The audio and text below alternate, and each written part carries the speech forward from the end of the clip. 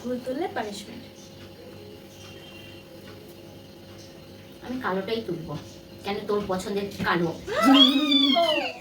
আমি সবে অ্যাকচুয়ালি আমি রেডি ছিলাম। সব কানা বাড়িতে সব বেঁচে যাচ্ছে সব। লাস্টে মানে ময়দাটা তোর ভাগ্যে আছে। স্টার্ট। তুই ঝাপসা দেখছিস, কানা মানুষ এরকম কেউ করে?